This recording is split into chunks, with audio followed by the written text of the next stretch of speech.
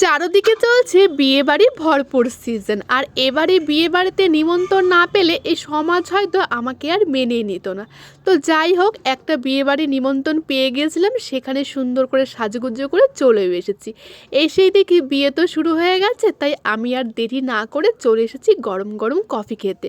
Coffee খাওয়া হয়ে গেলে একটু পেট পুড়ে ফুচকাও খেয়ে নিয়েছি। তারপর কি আর দারুণ নাচানাচি করেছি, সেটা আর তোমাদের সঙ্গে শেয়ার করা হয়নি। নাচানাচি করে না বড্ড খিদে পেয়ে গিয়েছিল, তাই চলে এসেছি খাবারের এখানে। প্রথমেই আমাদের দিয়ে দিয়েছিল গরম গরম ভাত, ভেজ ডাল আর বেগুনি। এটা দিয়ে খেতে না খেতে দিয়ে দিয়েছিল দই কাতলা। সত্যি বলছি, মাছটা না ভীষণই টেস্টি ছিল। তারপর ফ্রাইড রাইস আর মাটন কারি, একদম জুসি ছিল। সত্যি আমার না আবারও দেখে খিদে পেয়ে গেছে। এটা দিয়ে খেতে না খেতে চাটনি আর পাঁপড় দিয়ে দিয়েছিল। তারপর শেষ পাতে গরম গরম খেজুর গুড়ের মিষ্টি। Just wow! খাবারটা যেন পুরো জমে ক্ষীর হয়ে গেছিলো। আচ্ছা, বিয়েবাড়িটা কেমন